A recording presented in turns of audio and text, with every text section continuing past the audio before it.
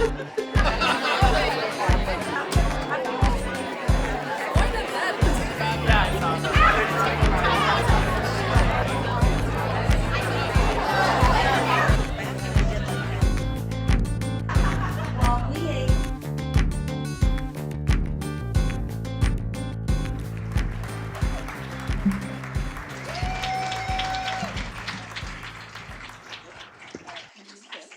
great, thanks. So we're talking about kitchen revival, right? I mean, we should. Hell, I'm 70 years old. I haven't figured that out by now. All right. Can you hear that?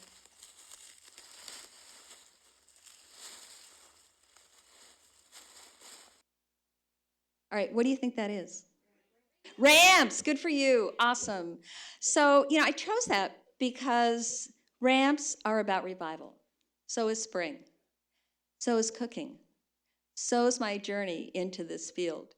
Because ramps require really good soil, which means that they have to build on things that were, and they have to kind of bring together all of that knowledge and experience as plants in order to continue to revive and survive. And frankly, ramps are canaries in the coal mine. And so if we don't have ramps, we don't have that diversified forest. That forest that requires that things, kind of die back and that new things come up every year. So that's why I love going out and digging for ramps every season. Don't ask me where I go, because if I tell you, I will have to kill you. My mother would be horrified if she knew I was out digging in the woods for food. She was gorgeous. In fact, I'm wearing her scarf right now. She was a wonderful, manicured, very urbane woman, but digging for food was not what she did. She played tennis, and she went shopping, and she had parties.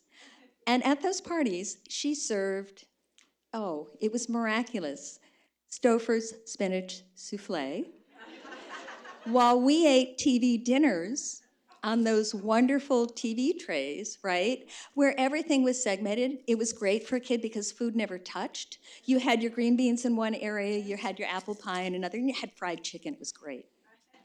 But I had a grandmother who loved to cook. And she taught me how to, knead dough until it was soft as a baby's bottom, and to simmer those raspberries in her backyard into jam, and I loved being with her. The other thing I did was I traveled with her down to the New Jersey shore. And we'd stop at every farm stand where she knew every farmer. And so when we went to cook, she would remind me, well, those are Marge's raspberries, or those are, Tina's tomatoes, or whatever. And when my husband and I, who's here right now, sorry, Kevin, that's why we moved here. Much to my father's chagrin, because he could never figure out where Minneapolis was. He'd call it Mindianapolis, and again, being from New Jersey, my brother gave me, when we left, one of those posters that has the East Coast on one side and California on the other side, and a ribbon of the Mississippi running down the center that the New Yorker magazine published, right? So that was what my parents thought of Mindianapolis, total flyover country. Could never figure out why we were there. And so the way I sort of found myself in this place was by going to the farmers markets. I mean, they were amazing to me. They were sources of inspiration. I could find food that tasted like my grandmother's again. I had these Proustian moments with tomatoes and sweet corn and carrots, and things that I couldn't find when we left New Jersey, because by that time, all of the farms had been sold off to developers. Kevin and I lived in Princeton for a little while, and I wrote for the Princeton Packet, the weekly newspaper. I'm sure you've heard of it, right? Won all kinds of national awards. But my job was to cover not only things like the Baptist 50th anniversary celebration feast, as well as the zoning and planning board meetings, which nobody wanted to go to, right? I mean, I was, the newbie, so I was always pointed to those, and they were fascinating because the land was in transition at that point. And, all of a sudden, as those farms were being sold off to developers, if you wanted to find a New Jersey tomato, you had to grow it yourself. all the food was coming in from California. But when we landed here, the farmers markets were like this incredible bounty of amazing food, and I fell in love with that. Um, I have to say that the other thing that was a big influence was when I was in college, that was a time of tumult, right? I mean, do you remember it was, I sort of feel like we're experiencing this again. It was the Vietnam War. It was getting rid of Nixon, right? It was protests. It was Kent State.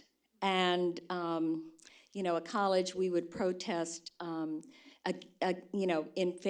protest in support of the cafeteria workers, for instance, who wanted to unionize. So there was a lot going on.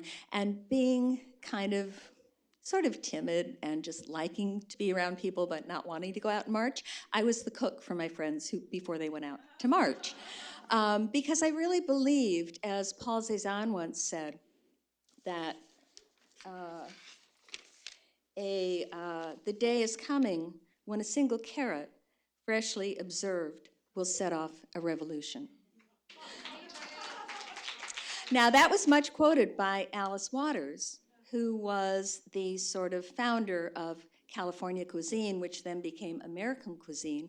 And I was lucky enough to meet our own Alice Waters, who's here today, Lucia Watson. I can tell her rolling her eyes because she hates being acknowledged.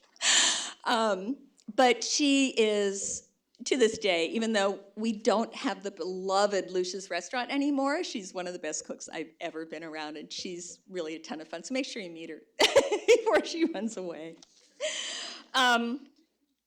So I also joined the Wedge Co-op, right? I'm sure everybody here is a member of a co-op, right? I hope you better be. If not, go join right now. Because back in those days, that was the source for local organic food.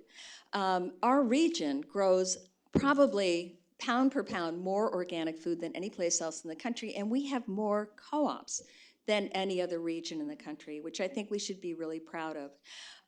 At that time, back in the late 70s, you could work off your co-op membership with volunteer hours. And it was doing that I met Edward Brown, who was the columnist for the Wedge newspaper at the time, called Dr. Produce, and he was hysterically funny. He was also a PhD dropout from Berkeley, University of California, and he had participated in Cesar Chavez's unionized marches. He worked with the grape pickers. I mean, he was phenomenal. He was a source of political information, and he was a big influence on me as I was stacking apples and, washing lettuce and stuff. And I remember Mark Ritchie, our wonderful former Secretary of State, once saying, anybody who got involved in DFL politics during the 80s and 90s probably got their start at a co-op. So in this region, politics and agriculture have always been connected. And that also informed a lot of my my work. So I met Lucia because she happened to come to a St. Patrick's Day party. And when I realized who it was, I like, oh God, get rid of those brownies. They're from Betty Crocker. Can't have those out. But she was wonderful, and we got to be good friends. And it was, I realized by that time I had been working at Campbell Methuen Advertising, writing little cookbooks, because that's what I wanted to do. I had always wanted to write cookbooks. Probably one of the biggest influences on me was The Joy of Cooking. It was my grandmother's cookbook, and I snuck it home, and I used to take it upstairs when I was in high school, and I was supposed to be doing my homework, and I would read How to Cook a Squirrel, or How to Cure Your Own Corned Beef, or How to Dress a Goose after you've shot and hung it. It's not that I ever intended to do any of those things, but I loved reading about them, right? And I've always found that cookbooks were, I was a big reader. My grandmother used to read to me. She'd tell me stories. She encouraged me to write my own stories. After we'd cook something, she'd, go write me a story. And so I found that cookbooks were the culmination of both. right? Because recipes are actually stories with happy endings. Nobody's going to write about something that's gone wrong, right? And that's what I wanted. And I knew that I wanted to write cookbooks. So the only way to do that was by getting a job with an advertising company and working for some of these large corporations, which is how I learned to write recipes. I wrote little cookbooks for like Land O'Lakes and Jerome Foods and Pacific Gamble Robinson. Is anybody here old enough to remember Snowboy?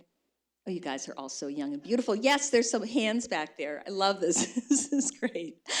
But Snowboy was a branded produce operation, wholesaler, and they had huge orchards and farms on the West Coast. And it's where I really got a bird's eye view of that industrial food system at the same time that organic food was getting some legs. And, I don't know if you all remember Red Cardinal Farm. They were the first CSA, and really one of the first CSAs in the country. And so while I was writing these cookbooks for these big corporations, I was also writing the newsletter for Red Cardinal Farm. And the really cool thing about CSAs is they made me a much better, far more responsive cook, because all of a sudden, I was a partner with that farmer by committing money in advance of the season. I worked with a business person who could then have the resources to plan what their season was going to look like. So it was important for the farmer. It was important for me as a cook because all of a sudden I couldn't march into the grocery store or co-op with a recipe and a list of ingredients. I had to deal with what came out of the box every season. I see heads nodding. I love you. This is great. Because, you never knew. You could be totally disappointed if you didn't get those raspberries or strawberries you were counting on, right? You'd have to substitute something else. And then usually I was faced with an entire box of kohlrabi, right? Try serving that every night for dinner. So that experience was incredibly successful. So the work that we did on Savoring the Seasons of the Northern Heartland happily was with Judith Jones. Anybody see the movie Julie and Julia? Okay, great. Yay. Good. Okay. So the editor in that film was our editor. She was Julia Child's editor, and we were so lucky to work with her. She was a major influence on my writing because I would, submit these chapters for her to edit, and she would come back and just lay into me and say, "You cannot write like the Chamber of Commerce. This is not a Betty Crocker cookbook where you stand on your left foot and stir with your right hand. You have to let the reader know that you are standing next to him or her. You want them to know what that bread should sound like when it comes out of the oven. It should sound hollow and tapped. You need to tell them what the egg whites will really look like and feel like when you whip them. They need to be shiny and really stiff. Things like that. So that was very helpful because she helped me get into the sensorial experience of what it meant to make food, which is, again, the whole reason we do this, right? To engage our senses. So Judith was fabulous, and the work that Lucia and I did, the other really funny story. So Lucia and I took a bunch of these recipes, and Lucia, would take them, because a lot of them were older recipes given to us by elders or found in old cookbooks at the Historical Society. And I loved the way some of those old cookbooks were written.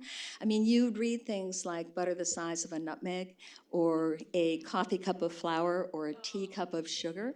So again, or hold, in order to get the oven to the right temperature, put your hand inside the oven, and if you can only count to 10, it's ready to put the cake in, things like that. They were great because they were doing exactly what Judith was encouraging me to do.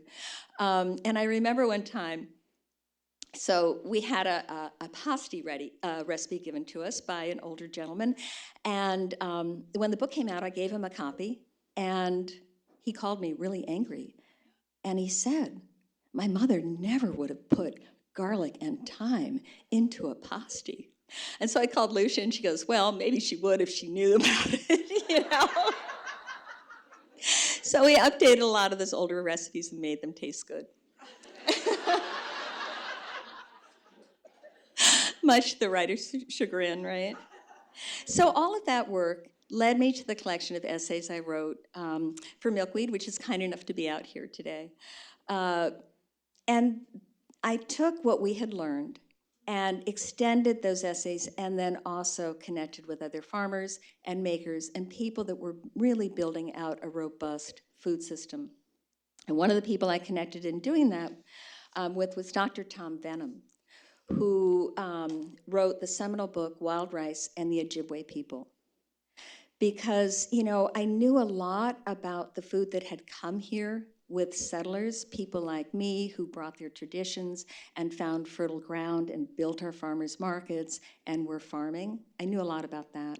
I knew a lot about our makers. We all know about the weather. We all know that you don't want to eat a tomato in January. That's a terrible idea.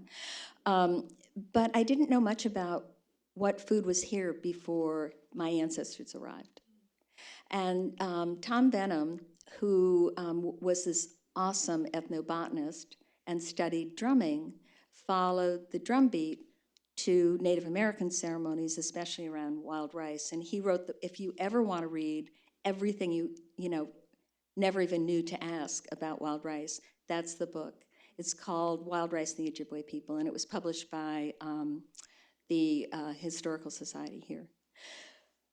So Tom introduced me to wild rice and the traditions around wild rice, and I found that incredibly fascinating. And through that, I met a number of other indigenous makers, one of them being Sean Sherman, the chef who built Awamni, the founder of Natives, North American, I always get this wrong. It's North American Indigenous Food Systems. And it's this incredible nonprofit that is working with and supporting tribes around the country to have restaurants like Awamni, which is a model for that, as well as barbecue joints or catering operations or whatever it happens to be, but really to lift up food sovereignty in these places where that food culture's been lost. Because Sean realized in this epiphany moment that he could walk down the street and have tacos or have, Korean barbecue or have a pizza, but there were no truly indigenous restaurants. Well, thanks to Sean, actually we won a James Beard Book Award for the Best American Cookbook, and so that was pretty cool. That was really fun. That was super fun. So that led me through, again, talk about reviving, right? So I knew a lot about our local food. I thought that was fascinating. And I'd done a lot of work with our local growers and indigenous farmers and food sovereignty advocates. But I remembered in my research for In Winter's Kitchen, a researcher, really cool guy, and sadly he passed on last year, who in my research around wheat had been working to bring a perennial wheat to the land. And that's Kernza, a perennial crop. And he was the founder, it's Dr. Don Wise, he was the founder of the Forever Green Initiative. And Wise understood that our agricultural systems that we have today are built on summer annuals, that we rip crops up, at the end of the season. Summer annuals only grow for about 6 or 7 weeks during the year. We rip them up, right? And then the land is exposed for the rest of the time. And think about what would happen if that beautiful grass right outside was ripped up in November. And what would you have in March? Nothing but mud, and most of that mud would have slid off into the sewer. So that's what we're doing with our land. We're losing all our topsoil because of that exposure, right? And in doing so, we're exporting our nitrates, all the chemicals that get dumped onto that soil because it's lost so much of its vitality that it needs a lot of poisons in order to get those crops to grow.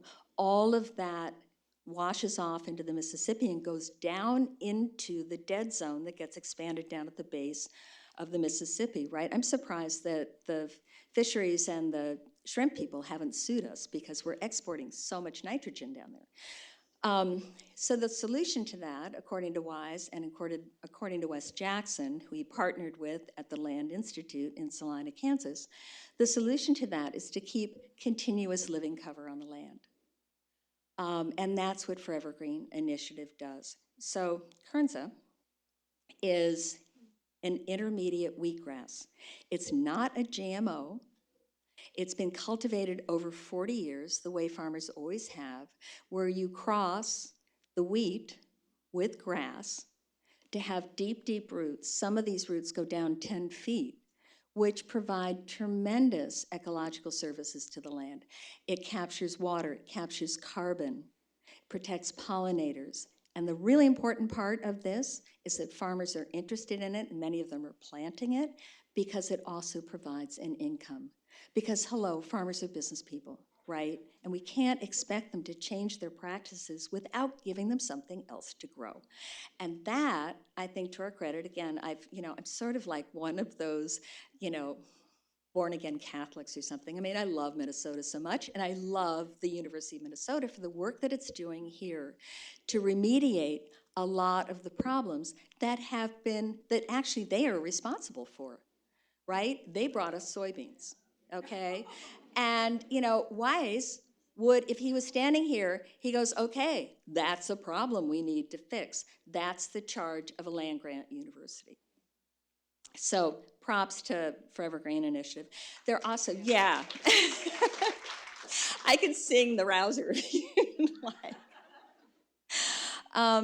So anyway, that's what ended up, those stories, the stories of our researchers, the stories of our indigenous people, farmers, the stories of food, sovereignty, the stories of the BIPOC community that are bringing a lot of their practices from the regions because of they're all climate refugees. The reasons why they're coming here is because they can plant and grow food, and that's changing our food system and making it way more vibrant. And I see that as a marriage of traditional ecological knowledge, thanks to advocates like Sean and our researchers who are using science, which has always been siloed, to understand and bring that forward. And again, provide us really good food. Other people that are doing that are some of our smaller growers. And okay, hello, I'm going to give a shout out to beans. We need to pay attention to beans.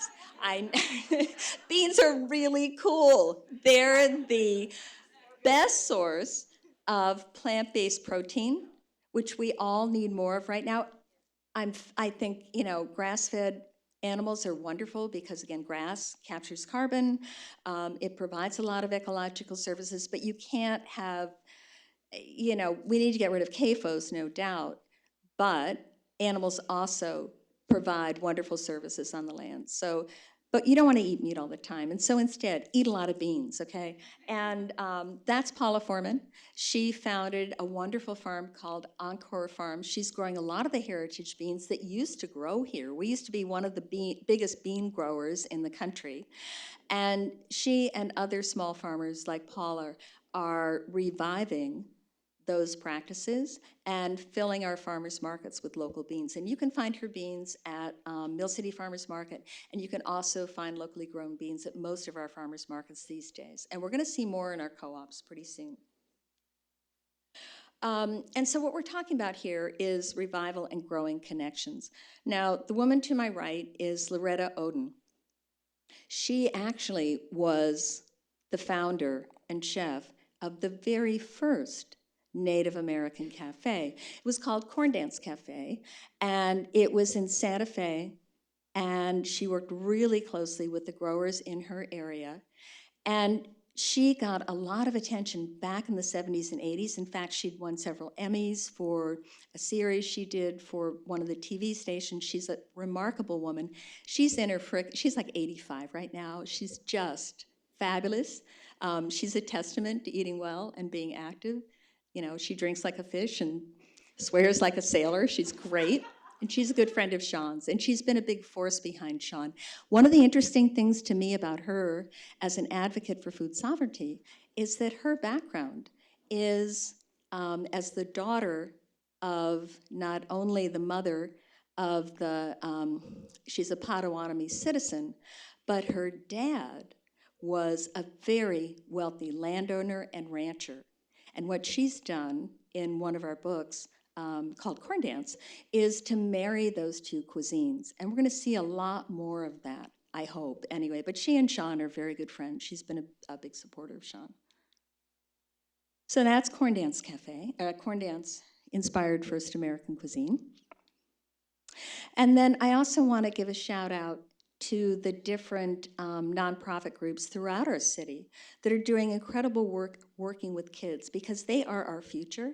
And so groups like Appetite for Change are working with the youth in North Minneapolis to convert a lot of that abandoned land into community gardens. And then they also host community cooking classes and outreach to elders and that kind of work, and it's been terrific. And they've got a great video called Grow Food. It's on the Appetite for Change co-op. So that's our book, Soulful Recipes from a North Minneapolis Kitchen.